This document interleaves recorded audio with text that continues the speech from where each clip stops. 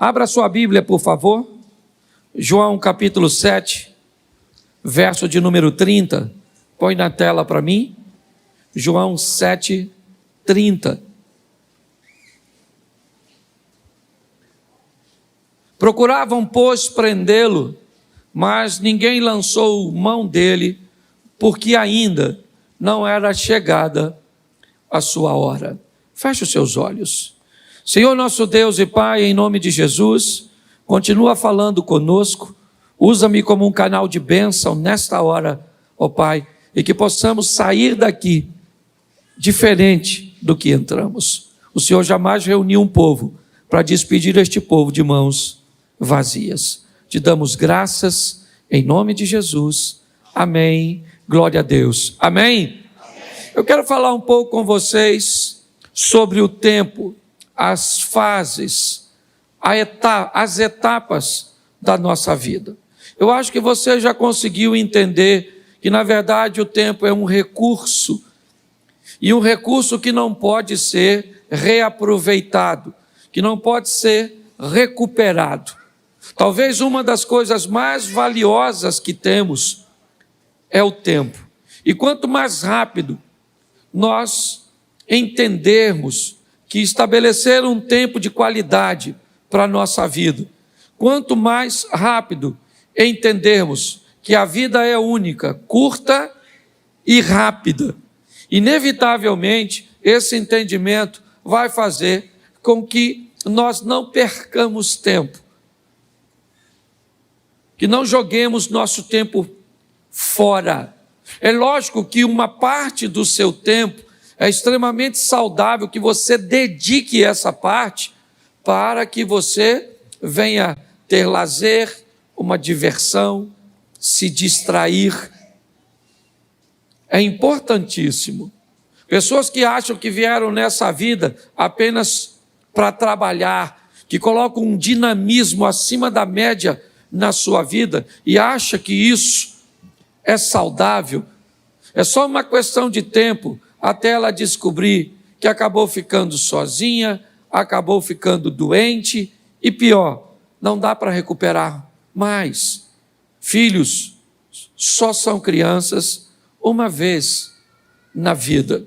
Você só é jovem uma vez na vida. Casamento, certo? Aquela coisa gloriosa e satisfatória do início do relacionamento, na verdade, ele acaba acontecendo uma vez só. Então, aproveitar o tempo é algo que nós devemos fazer o mais rápido possível. Nós estamos vendo um texto que diz que tentaram prender Jesus, mas ninguém conseguiu prendê-lo simplesmente porque não era o tempo dele ser preso. Quando nós olhamos para tempo, é importante entender que Deus é atemporal. Deus vive na eternidade. Para Deus, o tempo em si, para Ele, não existe. Não faz diferença, Ele é eterno. Foi, é e sempre será. É assim que funciona. Mas para nós, não. Nós temos aí, normalmente a via de regra, 9 meses para nascer, de 1 ano a 2 anos para andar, de 10 a 12 normalmente para descobrir que os adultos, nossos pais, não são super pessoas. Nós temos aí basicamente 30 anos para amadurecer. Algumas pessoas dizem, profissionais da área de psicologia, que o indivíduo que não amadurece até os 30, ele pode ficar esperto, mas vai ser bobo. Já vi uns caras velhos bobo. Ele sabe ganhar dinheiro, ele tem uma situação boa, mas você começa lá. É uma bobeira. Em pessoa, o que é isso? Falta de maturidade. Se tu está com 30, acenda a luz de emergência e amadureça o mais rápido possível, ok? Quando o assunto é tempo, também eu preciso gastar um pouquinho de tempo para falar sobre a importância de nos preocuparmos com o que esse sistema está tentando fazer com o tempo da infância das nossas crianças. Se nós olharmos, nós muitas vezes não conseguimos entender por que é que tantas informações distorcidas, por que é que desenhos animados, por que é que programas direcionados para a criança na idade mais precoce possível buscam levar informações, imagens, porque no tempo da infância, no tempo dessas crianças, elas não conseguem discernir o que é uma sugestão, do que é uma informação e uma ordenança. Por que é que estão investindo? Nosso sistema de ensino brasileiro tem um material didático tão ruim. Por que é que desde que o mundo é mundo, pelo menos que eu lembro, no Brasil, a maioria de nós não fomos para a escola para aprender sobre sexo, se eu era menino, como fazia, se fazia, com quem fazia. Nós íamos lá para aprender matemática, português, moral e cívica, ciências. Lembra disso? E por que que hoje? O que aconteceu com esse tempo que nós estamos? É um tempo que está querendo estabelecer matrizes no nosso filho. Ensina o menino o caminho que ele deve. Se você não sabe obedecer a Bíblia, o diabo talvez seja mais obediente que você. O diabo, ele diz, se a Bíblia está dizendo, ensina o menino o caminho que deve andar, eu vou obedecer a Bíblia. E vou ensinar esses meninos a se comportar segundo o meu modelo. E quando eles chegarem em casa, vão conflitar com esses pais que não têm tempo de estabelecer matrizes. E quando tentarem desfazer as matrizes que o sistema de ensino, que na verdade tem nada a ver com educação, sistema de educação é em casa, a escola é o sistema de ensino. Então, quando nós olhamos para esse tempo de tanta imaturidade que busca atingir as nossas crianças, é melhor você acordar o mais rápido possível. Porém, eu aqui como pastor e aqueles que sobem aqui, o máximo que nós podemos fazer é levar a palavra de Deus até o seu ouvido. E Deus, então, leva do seu ouvido para o seu coração. Por isso que é muito importante para Satanás destruir você, ou destruir a sua atenção enquanto nós estamos aqui pregando. Por que é que há um ambiente tão grande de distração durante o culto? Porque é simples. Se a palavra não chega ao ouvido, não há possibilidade dela ser conduzida para o coração. Então tem que sentar alguém do seu lado que converse com você algo interessante enquanto o culto passa. Porque para Satanás é importante que no final do culto você não tenha nada na mente. Por quê? Porque se tiver na mente, preste atenção, você viu aqui o Wesley vindo ministrar a oferta e ele disse que ouviu uma palavra aqui, uma palavra que o impulsionou a semana inteira. Ou seja, a palavra estava no ouvido. Estava na mente. Se a palavra entrou na mente, Deus foi levando a palavra para o coração dele. E é assim que acontece. Nós já vimos em 1 Coríntios 10, 1, que pessoas estão no mesmo ambiente, vendo a mesma coisa, ouvindo a mesma coisa, porém vivendo resultados altamente diferentes. E qual é o motivo para que isso aconteça? O nível de atenção e de comprometimento que essas pessoas tomaram após receber a palavra ou a ferramenta. Quando nós olhamos para isso, talvez nós consigamos entender por que algumas pessoas têm problemas com lidar com os tempos. E eu separei algumas coisas aqui de uma palavra que mexeu muito o meu coração eu quero compartilhar com você. O primeiro tempo que eu quero falar com você é o tempo dos outros. Aquele tempo que não é seu, mas você gostaria que fosse. O Salmo 73, ele ilustra isso de uma forma belíssima. Põe para mim, Salmo 73, aqui. Isso. Vamos lá. Verdadeiramente bom é Deus para com Israel, para com os limpos de coração. Preste atenção agora. Quanto a mim, meus pés quase se desviaram. Faltou, ou pouco faltou, para que escorregassem os meus passos. Por quê? Pois eu tinha inveja dos soberbos, ao ver a prosperidade dos ímpios. Porque não há apertos na sua morte, mas firme está a sua força. Não se acham em trabalhos como outra gente, nem são afligidos como outros homens. Pelo que a soberba os cerca como um colar, vestem-se de violência como um adorno. Só aí, preste atenção, qual é o problema do salmista aqui? Me parece que esse é o salmo da comparação. Me parece que esse texto define a pessoa que olha para o tempo dos outros, para aquilo que está acontecendo na vida dos outros, e não consegue entender que o tempo dos outros não é o seu. Muitas pessoas se perdem canalizando tanta atenção para o que está acontecendo na casa do vizinho, na empresa do vizinho, na igreja do outro pastor, que esquece de canalizar suas forças para fazer as coisas acontecerem na sua própria vida. O salmista está dizendo que ele quase caiu, seus pés vacilaram, ele quase desviou. Quando? Quando ele começou a olhar o tempo dos outros.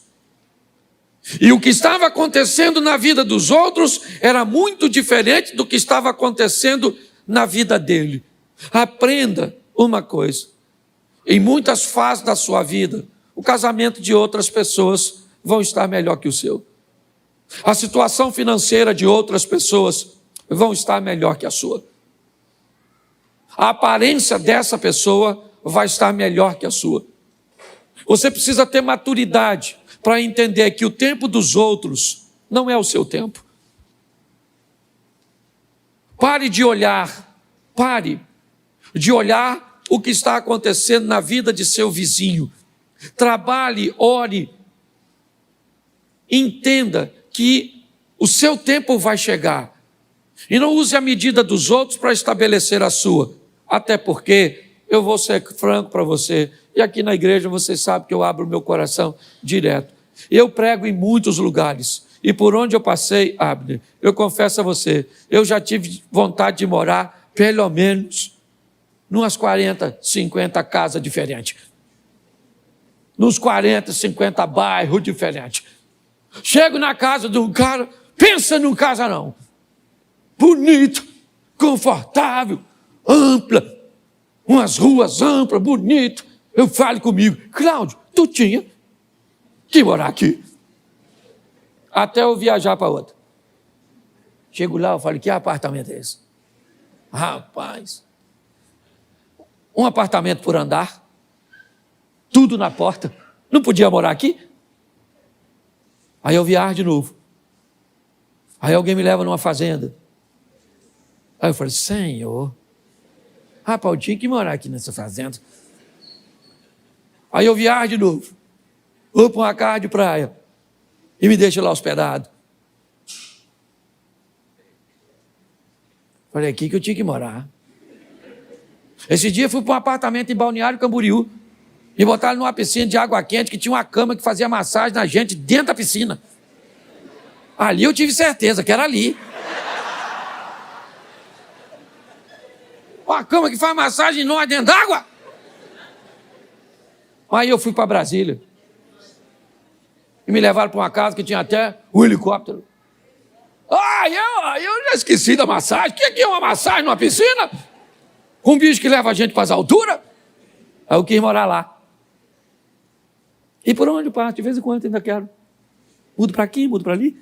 E agora que minha mulher vai comigo de vez em quando? É 2. Cláudio, não podia morar aqui, né? E eu falo para ela, Xerém nos espera. Aquela grande metrópole. Você consegue entender? O tempo dos outros não é o seu. Pare com isso, amadureça. Vamos voltar para cá? Segundo tempo. Fora do tempo. Aquilo que nós queremos, mas ainda não é o nosso. Pastor, que exemplo você pode usar para isso? O Saul. Saul queima uma etapa. E, gente, muita coisa, né, que nós vemos, nós até poderemos adquirir e ter, mas não fora do tempo. Tenha maturidade para entender que coisas fora do tempo pode deformar você. Deus, Ele está no controle de todas as coisas. Eu li um livro esses dias do Carlos Drummond, e o título dele é Fora do Alcance das Crianças. E ele começa a explicar por que é que tem coisa que a gente não recebe. Porque Deus não dá determinadas coisas para crianças. Tem que ter maturidade. Você tem que entender que tem coisas que são para você, mas ainda não é o seu tempo de alcançá-las. E Deus sabe, nossa, eu queria. Eu vou contar uma experiência para vocês. Aqui, na minha família, está ali meu filho, minha nora estava sentada aqui. Isso, tá, deve estar com meu netinho por aí, mas meu filho está. Nós fomos viajar. Aí entrou toda a patotinha no carro. Certo? Entramos todo mundo. Aí meu neto quis o celular para ver, né, um desenhozinho. Aí minha nora falou assim, você vai passar mal, Miguel. Mas ele, sabe como é que é criança, né? Aí minha nora, gentilmente, uma mãe amorosa, cedeu o celular. Ele começou a ver. Um tempinho depois, ele começou a enjoar. Dentro do carro. Escuta só. Certo? Dentro do carro. Ele podia? Sim. Mas era o tempo de ter? Não. Nós fizemos uma paradinha. O que nós fizemos? Ele pediu um biscoito. Era para dar? Nós demos. Eu fui um incentivador. Dá um biscoito para esse menino. Vô é assim, né? Diz que vô é um burro que o filho amansou para o neto montar. Falei, dá esse menino precioso, esse garoto aqui do vovô. Toma, menino. Comeu. Começou a ficar zonzo. Dentro do carro. De repente. Assim. As coisas do interior dele começou a sair.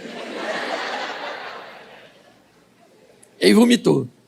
Dentro do carro. Paramos, limpamos, tudo. E você sabe que o cheiro... Limpamos tudo e segue viagem. Com aquele cheiro. E eu estou aqui conversando com Deus, que experiência era aquela? E Deus falando ao meu coração, é desse jeito que eu não ajo. Vocês sabiam que o celular ia fazer mal? Você cedeu, porque você é bonzinho.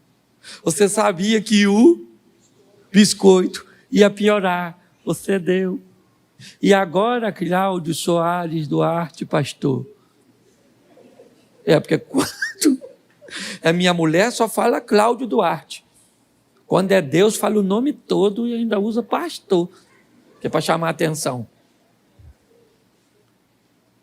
Vai fazer a viagem com esse cheiro, que não sai não. Sabe o que eu aprendi? Quando é fora do tempo, Deus não dá. Você pode espernear do jeito que você quiser. Que Ele não vai se sensibilizar com você, porque Ele quer ser o melhor. Deus não age dessa forma.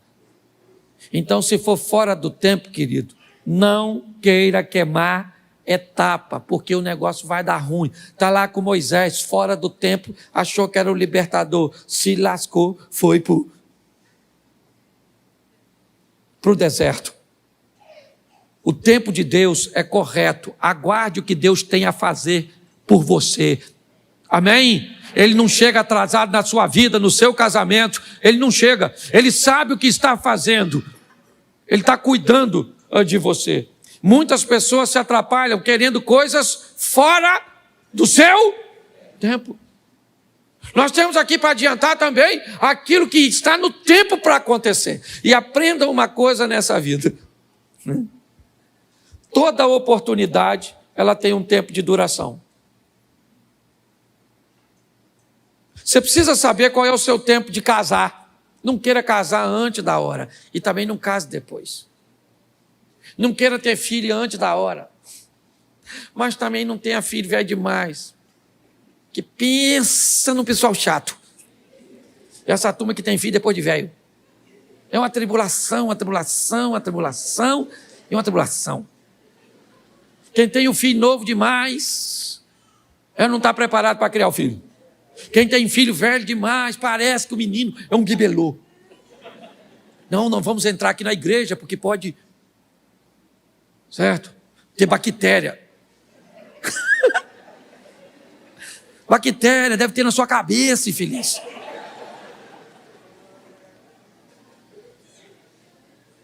Você tem que descobrir qual é o seu tempo de casar. Você tem que descobrir qual é o seu tempo de agir em favor das suas finanças. É o seu tempo. Peça a Deus para te dar discernimento. Chegou a sua hora de viver. Descubra quando ela é, em qual área é, e mergulhe com toda a sua força. É assim que funciona. Em 1992, eu tive que fazer 2 mudanças drásticas na minha vida. Casar. Acabei com a minha vida de solteiro. Troquei todas as mulheres solteiras do mundo por uma. Olha que troca ruim. Porque antes de casar eu podia ter qualquer uma solteira, sim ou não? Depois que casei, rejeitei todas as outras. E para Jane Mary. Para ir com ela até que a morte o separe. E diga-se de passagem, está demorando. Para ela e para mim. A Abner que diga isso, ou não, a Jacira aí, ó. Quase 50 anos de casado. Você consegue entender isso? Está assim de gente que não investe tempo, sabe? Para ter um discernimento, às vezes numa consultoria, em alguém que tem experiência. Para que aprender com seus erros, se você pode aprender com os erros dos outros? Procure pessoas, a vida está fazendo aqui na igreja, aqui nessa igreja, você tem pessoas com tanta experiência que pode dar noção de casamento, pode dar noção de ambiente corporativo, de quais são as profissões promissoras. Você está envolvida num ambiente onde você pode receber informações extraordinárias para ajudar a você agir no tempo correto. Mas você não aproveita isso. Você tem que descobrir seu tempo. Qual é o seu tempo? Jesus está no casamento de Caná. Maria fala para ele, eles não têm vinho. Jesus disse, ainda não é chegada a minha hora. Calma, eu sei o meu tempo. Nós precisamos amadurecer para entender isso. A menina tem 12 anos, eu já sou uma moça. Pai, posso namorar? Com 12, eu vou buscar o boneco da Barbie, o Ken. Você namora ele. Mas eu já sou uma mulher. Ô menina, vai assistir Chiquitito e não me perturba. Menino, 13 anos, acho que é um homem. Não paga uma conta. Qualquer coisa que vai fazer, está cansado. Não estuda direito. Nada. Aí vê uma menininha. Eu já estou no tempo de namorar. Eu acho que você está no tempo de eu castrar você, não é? Você sossegar esse fogo. Você está rindo, mas é sério. Você tem que entender o tempo da espiritualidade. O tempo de investir em leitura, em busca por Deus. É muito importante isso, gente. Descubra o seu tempo, as coisas que têm que acontecer, né? no seu tempo. Para alguns, esse tempo pode chegar um pouco mais cedo, para outros, um pouco mais tarde, para outros, chega no modelo mais fácil, para outros, no modelo mais difícil. Mas entenda isso, eu vejo pessoas querendo viver o tempo dos outros, eu quero pessoas querendo viver coisas fora do tempo, antecipando e quebrando a cara, tomando decisões equivocadas, e pessoas que sequer são capazes de entender o seu próprio tempo. O próximo, o tempo de Deus, tem o seu tempo. Pastor, mas o meu tempo não é o tempo de Deus? Não era isso que você está falando? Não. O seu tempo é o tempo que você tem que aproveitar para estudar. É o tempo que você tem que aproveitar para investir em você. O tempo de Deus é aquilo que Deus quer fazer na sua vida. E é importante você entender isso. Quando é que Deus vai fazer? Quando chega o tempo dele. Eu participei de uma igreja e eu era vice-presidente dessa igreja durante um bom tempo. E muitas vezes eu vi pessoas querendo criar conflitos entre o pastor presidente e a mim, querendo que eu o confrontasse, criasse problemas. Porque muitas pessoas, por algum motivo, afinidade ou outras coisas, ou por uma visão equivocada, vi uma liderança pastoral na minha vida. Mas eu entendi que aquele não era o tempo de Deus para a minha vida. E que o tempo de Deus para a minha vida ia chegar. Hoje, eu procuro, primeiro, não olhar para o que está acontecendo na vida e no tempo dos outros.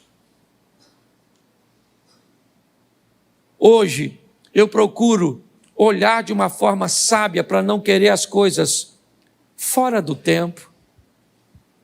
Eu busco a maneira, de aproveitar todas as oportunidades para entender o meu tempo, sabe, aquilo que Deus está preparando para mim, ou me dando a oportunidade de viver. Mas o tempo de Deus, no que diz respeito principalmente a ministério, a ações que vão mudar a nossa vida, precisa ser entendido. Quando eu olho para Davi, sendo ungido por Samuel como rei, sabia que o trono era seu futuro. Profecias, se é que eu posso chamar isso de profecias, mas incentivo, que diziam: mata o camarada, porque se você matar, você se torna o rei. Ele disse: mas esse não é o tempo.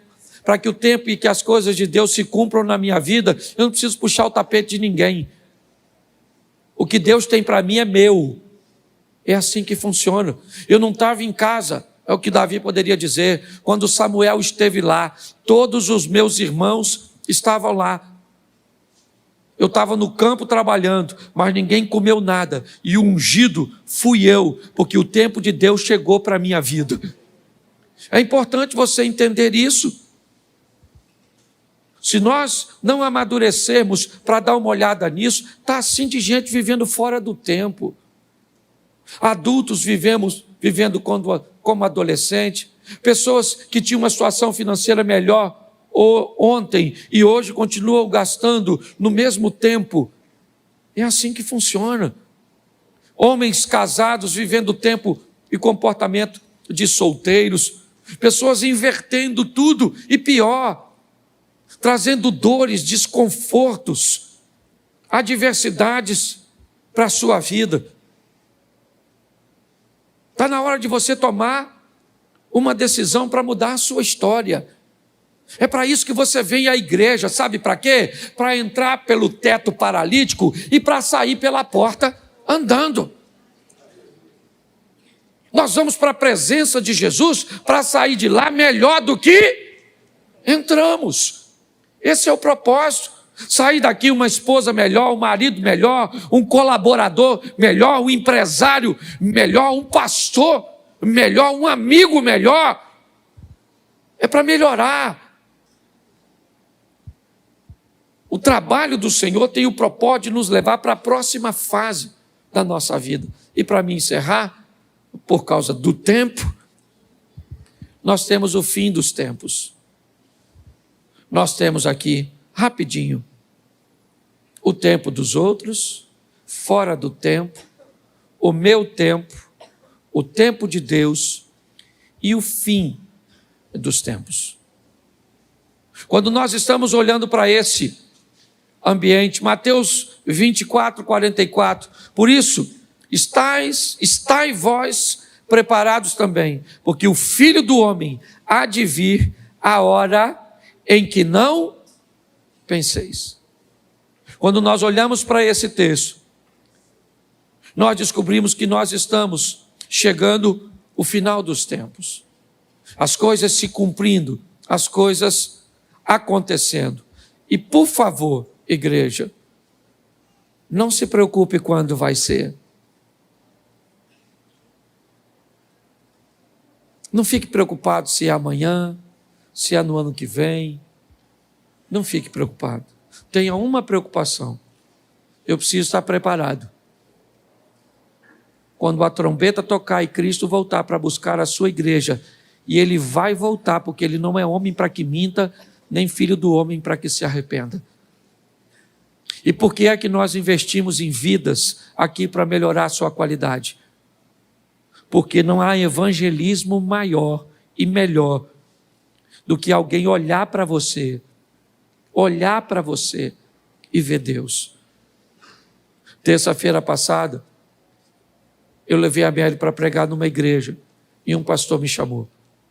Ele trabalhava na usina de Angra e ele me disse que com ele trabalhava um alemão que entendia pouquíssimo português e que falava inglês e alemão. E ele disse que criou um laço de amizade, mas que a comunicação era muito difícil entre eles. Mas que ele buscava, dentro das suas limitações, pregar Jesus para aquele homem de uma língua tão desafiadora. O homem entendia pouco, mas quem pregava era muito crente. Falava pouco e vivia muito. Dava um testemunho. O cara gostava demais dele e tolerava até ouvi-lo sem entender muitas coisas. O homem foi embora para a Alemanha e não se viram mais. Um tempo depois ele recebe a ligação da filha deste homem. E criou uma maneira, não entrei em detalhes, para comunicar a ele, que depois que o pai dela havia voltado para a Alemanha, ele aceitou Jesus como Salvador. E ele tinha falecido lá na Alemanha. E que ele deveria pegar um avião e ir à Alemanha, porque o pai dela, antes de falecer, deixou uma herança para ele, que ia mudar a vida dele. Muito mais do que o que falamos, meus irmãos, vale o que nós vivemos. A nossa sociedade está cheia de palavras, cheia de historinhas. A nossa sociedade está querendo testemunho. Não basta subir num púlpito e falar muito bem, não basta. As pessoas querem conviver com a gente, para ver como a gente vive, como a gente trata as outras pessoas, como tratamos a nossa família. Esse é um tempo que estamos vivendo, onde o Senhor está voltando. E o Espírito do Senhor está sendo derramado sobre a igreja. Aproveite esse tempo, o tempo da graça, o tempo do favor de Deus. Eu não sei o que você tem vivido, não. Mas por favor, melhore a sua ótica. Não dá para demorar para ser a melhor esposa, porque Jesus está voltando. Não dá para demorar para ser o melhor marido. Não dá para demorar para ser fiel. Não dá para demorar. Ele está voltando para buscar a sua igreja. O mundo está precisando disso. Se você acha que está desafiador agora, imagine esse período do ano que vem, o período das eleições. Deixa eu avisar a igreja de uma vez. Em julho do ano que vem, eu vou tirar um tempo para falar de política aqui na igreja. Em julho. Vou mostrar um pouco a igreja. Alguns já sabem, outros, eu não gosto de fazer isso. Mas eu acho importante. E a partir de julho, nós não vamos mais falar de política na igreja, até a eleição terminar. A partir de julho, e assim que acontecer a liberação da propaganda eleitoral, eu vou pedir o favor de todos da igreja que tiverem um adesivo de política no seu carro, não estacionar dentro das nossas dependências. E que aqui dentro nós não vamos falar de política. Nós vamos orar por nossa nação. Porque nós estamos aí praticamente entrando numa guerra. Talvez muitos de vocês, na última eleição, perderam relacionamentos de familiares e de amigos que saíram do grupo ou removeram você e que nem fala mais contigo direito por causa de uma eleição. Isso é um absurdo. Mas nós vamos orar para a nossa nação. A minha rede social não tem nada a ver com a igreja. E na minha rede social eu faço o que eu quiser, desde que eu não quebre princípio. Mas aqui nesse púlpito nunca subiu um político que eu franqueasse para ele esse microfone. Sempre orei e oro a todos que virem aqui. Mas nós estamos chegando num tempo, igreja, que não dá para relaxar. É o final dos tempos. Transforme-se agora, porque talvez não dê mais tempo.